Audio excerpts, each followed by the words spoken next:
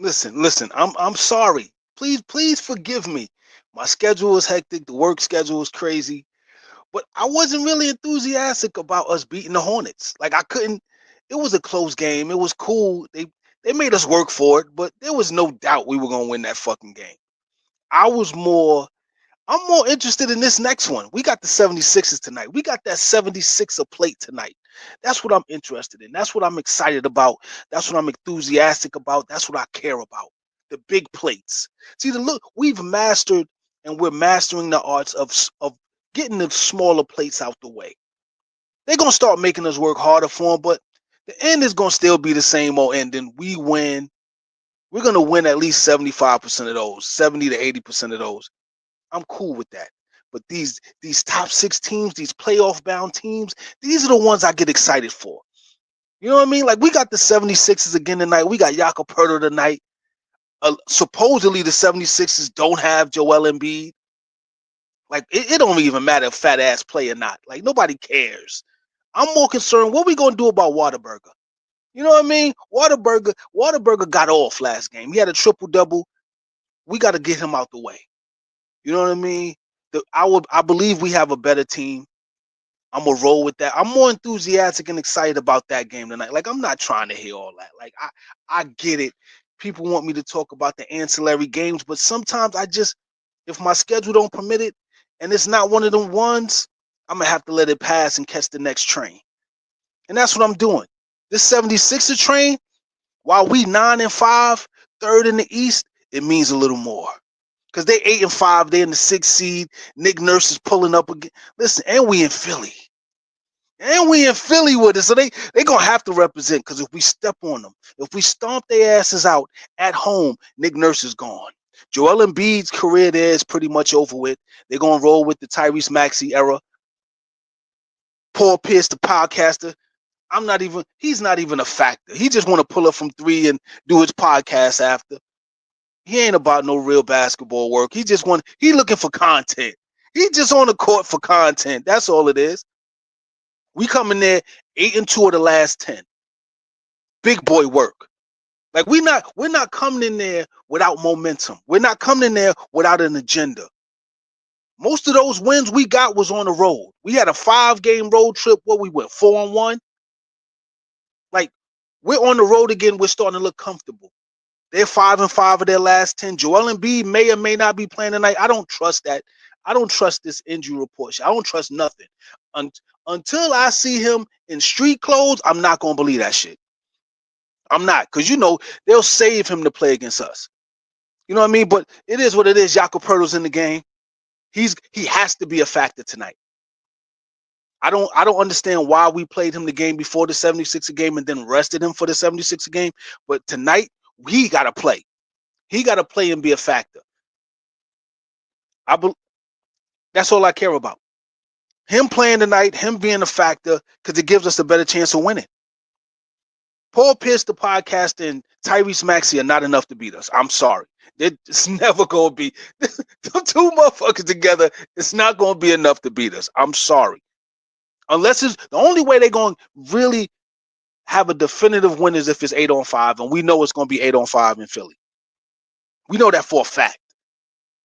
Because we're coming in there looking like whatever it says on paper, we look a little bit better than that on the court. Big time problem. Because Nick Nurse don't know how to use a bench. He don't know how to develop young talent. He's letting the starting 5 carry the weight, and cool, no problem. Let him do that against us and get smoked. Fuck around and find out, Nick. We 10th in scoring for a reason. We 12th in points allowed for a reason. 4th in shots made for a reason. 3rd in field goal percentage for a reason. 12th in 3-point shooting for a reason. 6th in perimeter shooting for a reason. We got the top perimeter shooter in the NBA right now. 3rd in assists, 1st in 3-point defense, which surprised the shit out of me. The only leak we got really is fucking rebounding, where we're 22nd. We're number 1 in fast break points. You already know what that means tonight. We already know what that means tonight. There's no way that if we grab our rebounds, we keep that rebounding battle close enough, and we get out there and run, this game is over. The only way they're gonna stay in this motherfucker is if the referees walk us down and it's an 8-on-5 in front of the world to see. But if the machine ain't behind them, we gonna run them out of there. You need Joel Embiid to fuck with us. Don't think you can sit him out and he can't play and y'all got it changes a lot. Having that MVP player, having the big man who can shoot like that and draw the attention that he draws and take up the space that he takes up and do the flagrant shit that he does, he got a lot of Draymond Green in him. That's a factor. Not having him on the court makes you vulnerable and susceptible to losing, especially to us.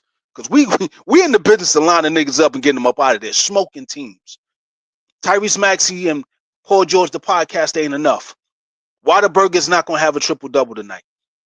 You know what I mean? This and the fact that this game means something to us. See, it may not mean that much to the 76ers. They think they can make up the difference later on because they have some type of edge because of the star power that used to be. Paul George used to be a star. Joel Embiid used to be the MVP. Tyrese Maxey is good right now, but he's not enough. He ain't enough. Not by himself. Not with the way Quickly gonna put that work in. He's gonna pretty much eliminate. Man, listen, it's so much to look forward to tonight. I believe we're the better team. Tonight, the better coaching is gonna prevail. And we got to rebound. If there's an emphasis on rebounding, we'll be fine. This game means a little bit more to us because it's a revenge factor. They beat us the last time without Jakob Poeltl. Now they're playing without Joel Embiid. This is our chance to get back. This is like a plate. You know what I mean? Ain't nothing. All right. I know everyone's thinking, all right, y'all doing well against the sub 500 teams. Whoop-de-doo. Whoop-de-doo. But listen, them top 6 teams, playoff teams, we're going to put the beats on them too. Then what you going to say? They plates too. The bigger the plate, the bigger we play. And we trending upward. You know what I mean? Like the motion is real. Like we're not going to sit up here and make it seem like it's all propaganda, as people would say. Whenever I talk, for years they used to say propaganda this, and now look at how everything is coming to fruition. Did I know it was going to happen with all the moves that they was making? Hard to say, because I've never seen it done before with the way the moves were being made and just axing out and trading and letting go of the championship core one by one and then rebuilding something while the NBA is in transit. It's not easy to do. Masai did a great job. Bobby Webster did a great job. Now with new ownership, they want results, and we're getting results in real time. While the NBA is weakening in certain spots, especially in the Eastern Conference. A lot of superstars, this is their time. If they don't get it done now, it's going to be our time. Either you're going to have to step out the way gracefully or we're going to do you dirty. That's a fact. Joel Embiid and the 76ers, either they can step aside and let this happen or we're going to drag them. And we're going to force the action to make it be. It's going to look worse when we force it. You know what I mean? Just let it happen. You know what I mean? We are the better team. And we're going to start proving that. It's not just on paper. We look at times better than what we look. It's a dangerous conversation to have, especially with Scottie playing the way he's playing. And I've been saying this for years. He's not the prototypical superstar, the one option, right? But the stars and the sunlight and the spotlight shines on him a little differently than it does other supporting cast players. I haven't seen too many supporting cast players get the star status spotlight. I saw it with James Harden when he was with OKC. I saw it with Kobe when he was in LA. A lot of guys who got to work their way into a situation trying to be the number one, could be the number one, sometimes not fitting all the way, but showing potential and having that spotlight hit. But he's a pure supporting cast player someone who has the spotlight, who necessarily isn't as good, don't have all the attributes, but need him to do all the dirty work to make the ship run. You know what I mean? Because we can't have him be the star player and the glue guy. You can't do it both. You can't do both. It's hard to do. Damn near impossible. You need to delegate and you need guys in certain spots. And if it just so happens we have an all NBA, all-star, all defensive caliber player in that role, to the victor go the spoils. It's just the way it's supposed to be. If Scotty's dominant tonight, If his presence is felt tonight, he can cruise into the All-Star game from here. He don't have to have 30-point games and 50-point games. He can just be who he is. We keep winning. Everything continues to be what it's supposed to be. Because it's not, when you think of him, you don't think of stats as much as you think of the impact we want him to have. And he's having an impact, all defensive impact, averaging almost 2 blocks a game, putting up decent offensive numbers to help the offense, but being an anchor on defense. Beautiful. What more could we ask for? Everything is falling in line and in proper perspective. We might not need a super duper superstar. We just need enough stardom. Enough guys who can play and do their job at a high enough level that we can win off of it and beat anybody. RJ's aggression tonight is going to be important as well. We need him to attack, because when he attacks, everybody else is attacking. Brandon Ingram gets his perimeter game going. Everything, and they don't have an answer. Because to be honest with you, it ain't like Paul George is going to play defense. Who's going to guard RJ? If RJ wants to go off for 30, there's not much they can do. If Scotty wants to get a triple-double, there's not much they can do. If Jakob Poeltl wants to get a double-double, there's not much they can do. There's no real answer for those 3-4 players. The real battle is going to be Quickley and Maxey. Tyrese Maxey and Emmanuel Quickley. This matchup is in full effect. Period. This one right here is because we judge quickly, and we won it quickly because of the Tyrese Maxey style being so prominent against Fred. That ushered in that conversation for us. The way he was dragging Fred and became such a problem for Fred. We wanted that type of point guard because it presents a mismatch. But there's some good and bad that comes with it. A shot first point guard who makes as a secondary thing, it can become a problem, especially if he's not hitting shots, which is what happened with Quickley in the beginning. He wasn't necessarily hitting shots at the clip we needed to keep winning, and it became somewhat of a problem. His shot selection becomes more amplified. We start to look at it like, what the fuck is you doing? If you're going to take that shot, you got to make it. You're shooting that 30-foot jumper from 3 during a fast break in transition when we can get an easy bucket. It better be all net. It better be all draws. And for the betterment of the last few games, he's been productive. He's been doing what he's supposed to do. 10 rebounds last game. He's figuring out what he can do to help us win, and that's all we care about. As long as we win, we'll let shit slide. But these two guys, Tyrese Maxey and Emmanuel Quickley, are two sides of the same coin. One guy is putting up these numbers and carrying the team, barely holding on, while Quickley is able to play his position, do the same things that Maxey can do without the real responsibility and the weight on those performances. Because if Maxey has a bad game tonight, we're going to blow them the fuck out. That's a fact. If he don't put up 30 tonight, we're going to blow them out. Paul George, the podcaster, can't hold water.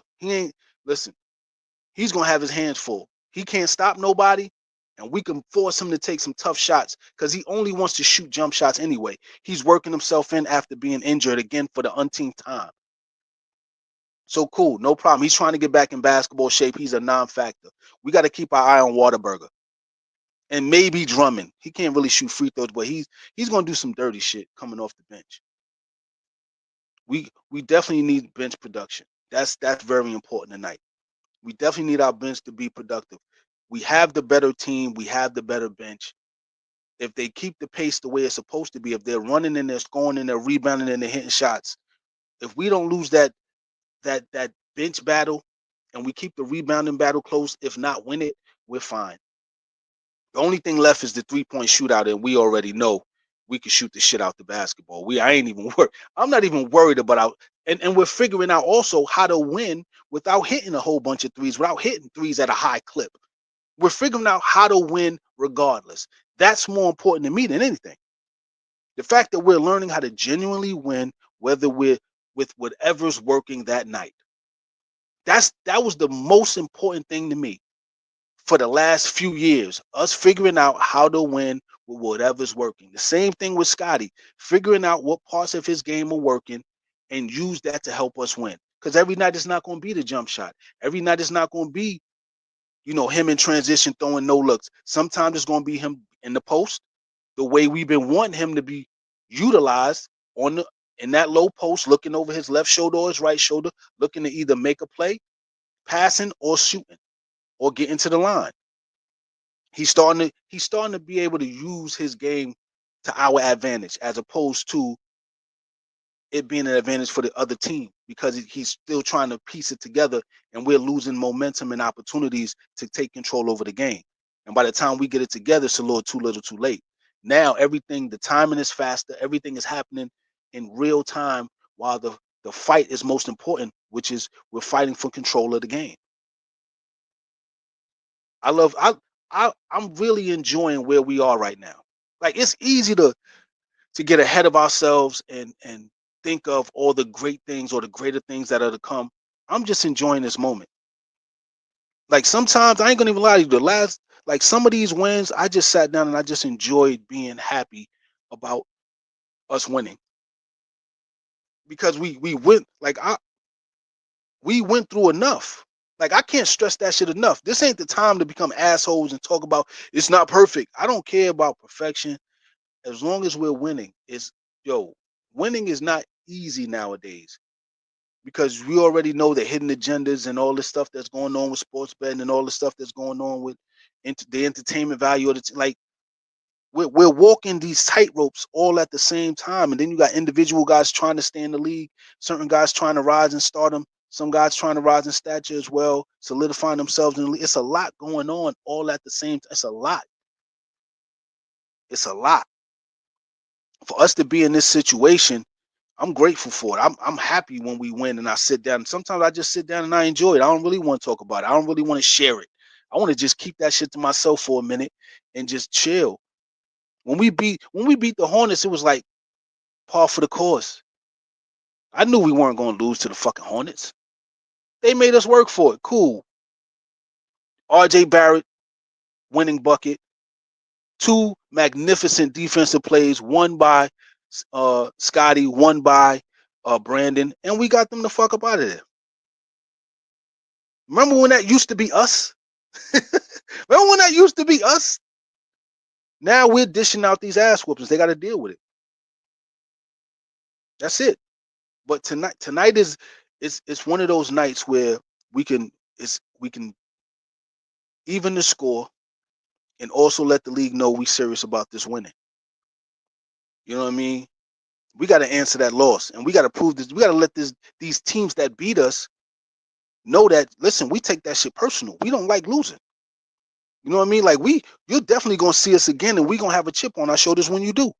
It's gonna be a fucking problem. You better be on 10. If not, we sending you packing. We gonna pack y'all all up, all 10 of y'all and the coaching staff, getting y'all the fuck up out of there. This is about respect and continuously making progress. They're in the way, and as long as we keep treating them like they're in the way, we gonna get them out the way. They're gonna have to figure it out. You know what I mean? Tonight, if we defend the 3-point line and keep that rebounding battle close, this game is gonna be over. There's no way that they're going to show up and beat us if we're keeping the 3-point line defense the way it's supposed to be. We got to contest and make sure we grab those misses and get out there and run. They have no answers for us. They're honestly just not even with Joel Embiid, they're not the better team. They just know they have enough to steal some moments and get the momentum enough, and then let the time run out before we figure it out. And I think they ran out of time.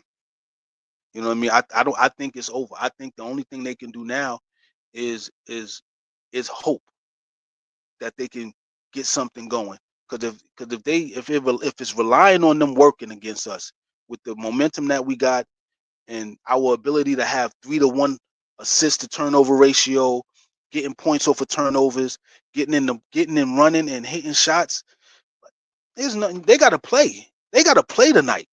Like, they gotta play tonight. We'll fuck around and smoke their boots. They come out here bullshit. We're figuring out how to win if we don't shoot well. The fuck you gonna do with that?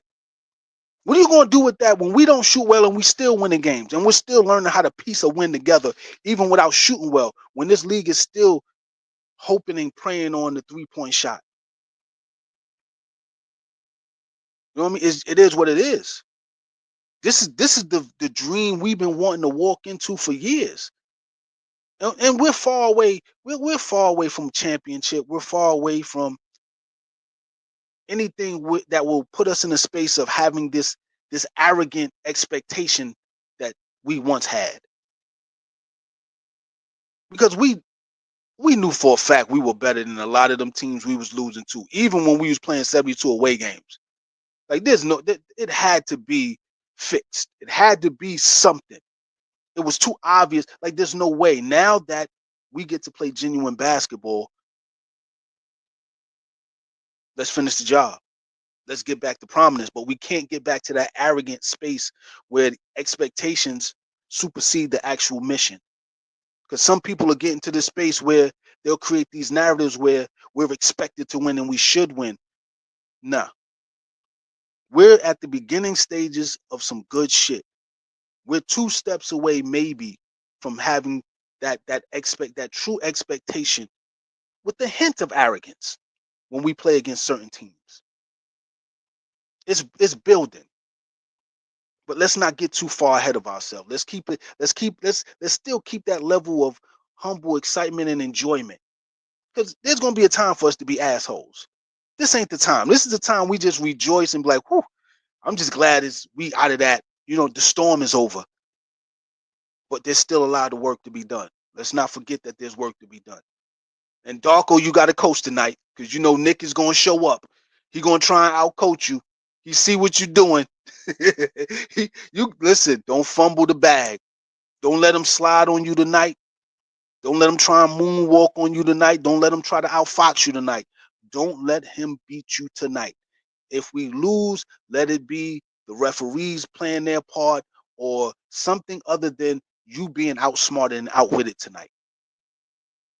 Because if it comes down to coaching, I hope we have enough assets to utilize to beat Nick Nurse tonight, especially without Joel Embiid. Especially without Joel Embiid. But there has to, I get it. It's easier said than done. I understand that. But you can't let this dude put you in his back pocket tonight. You got to make sure you're flexible. You got to make adjustments. You got to emphasize rebounding and running. And don't worry, we're going to hit shots. They're not good enough defensively to stop us. The only way they beat us really is when you put Joel Embiid in the way. He does some flagrant shit and try to hurt Scotty. The referees ate off. It's a lot that they have to have in as far as their ducks being in a row for them to beat us, especially now. It should have been that way from day one, but you already know what it is. You know what I'm saying? We got to stay true to who we are. Our defense, our pace, our shot making, our ball movement, our teamwork all has to stay at the standard that we're setting. But we all understand that if something isn't working, we'll figure out what does work and we'll run with that. But we gotta believe in what we've been doing. Even though this game is very important though, man.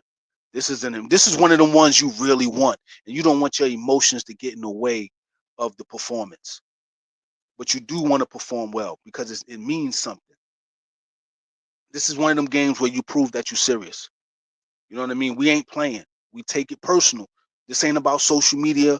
This ain't about clips. This ain't about popularity. This is about winning. Winners win. Winning, winning, and more winning. That's what erases all of those decisions and all that pain.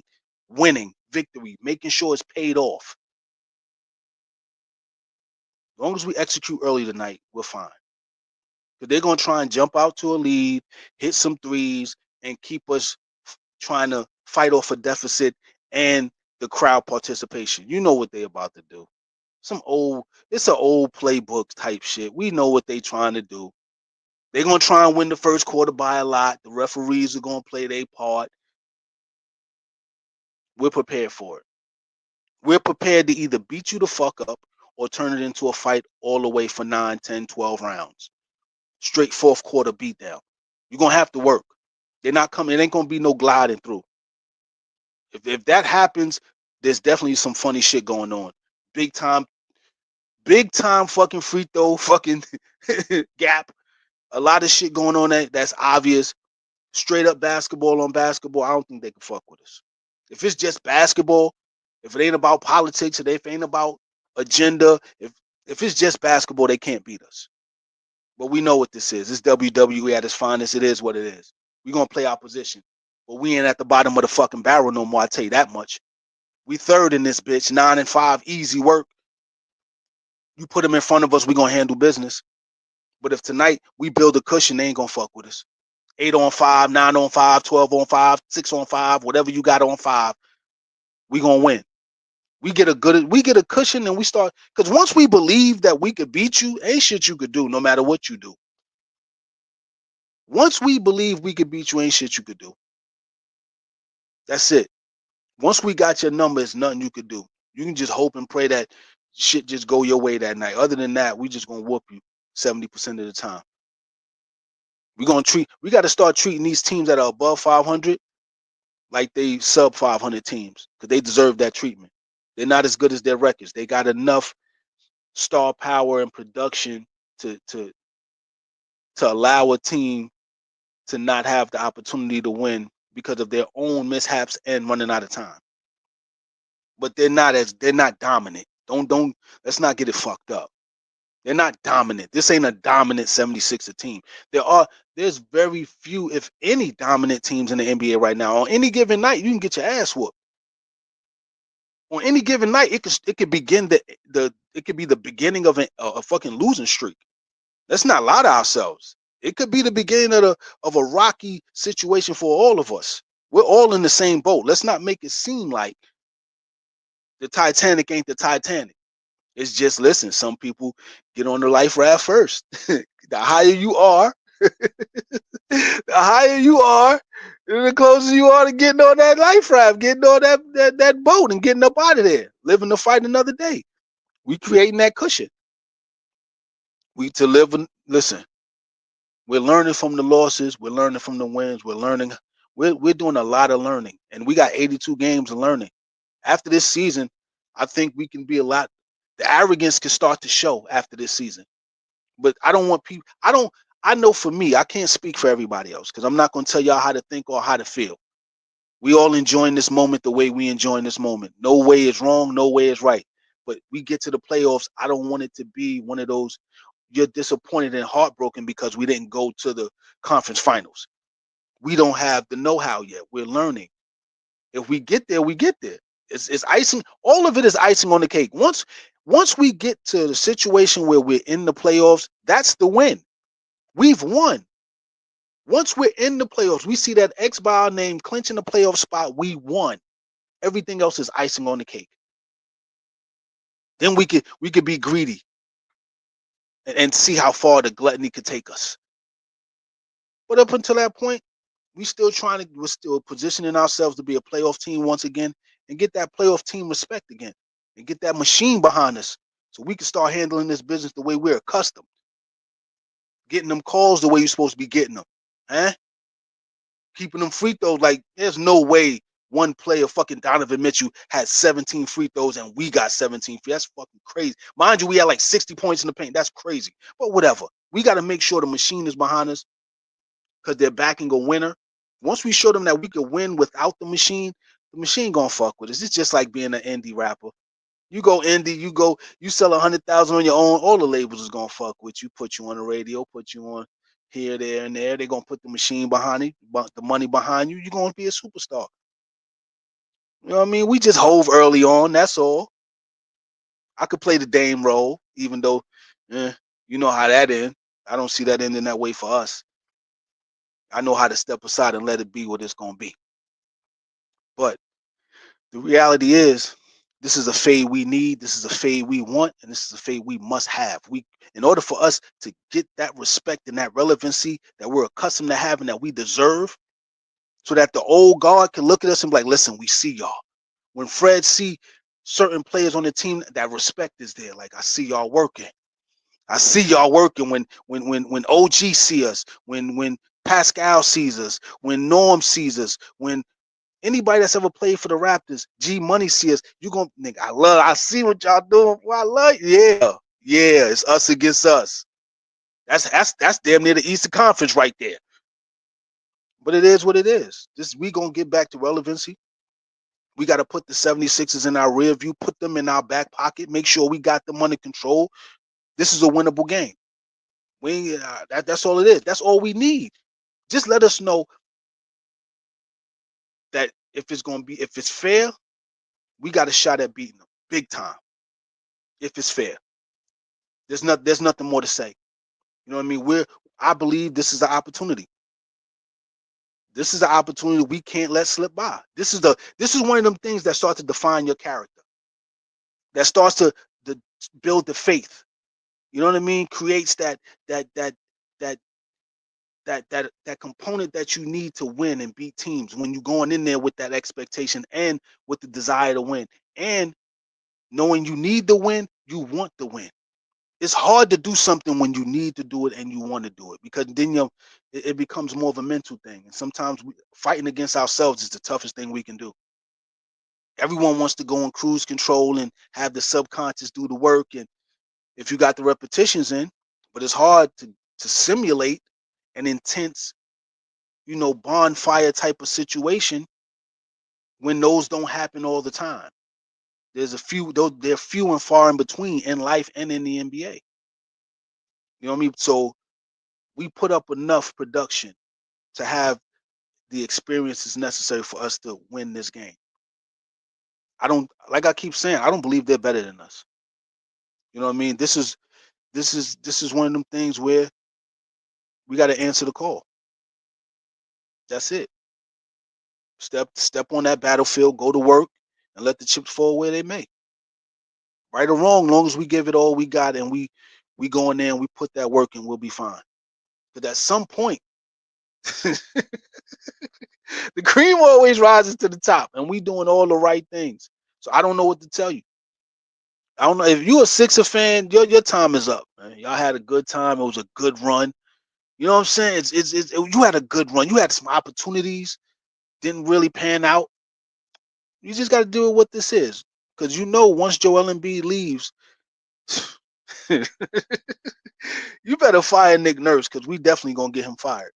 We gonna handle y'all in a way that's gonna force y'all to get him up out of there, because there's no way he's gonna be able to set a tone and create a pace and to keep up with us and outwork us. He can't coach like that. When we know we got him in our back pockets, ain't shit. There's nothing he can do to help y'all.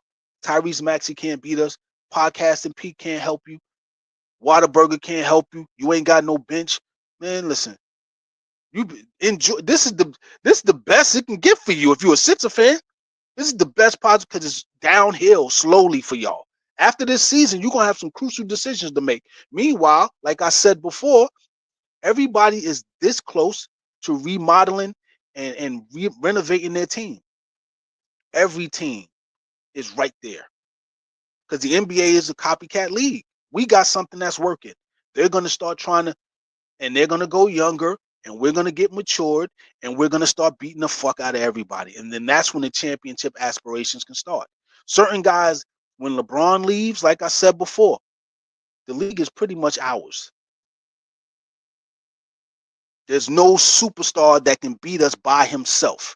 And there's not enough assets, because every team is looking for the right combination of assets to help their superstar. It's harder to do than finding a superstar, because then your coaches got to coach, you got to develop, you got to wait for the development to occur.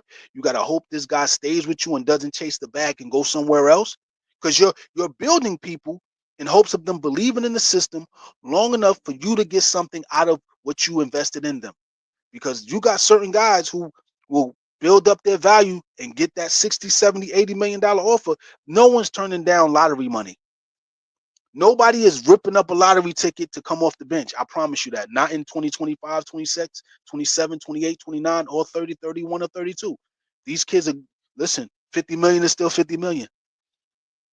That sets the table. This is how much I'm worth from this point on. It's a new price point for you.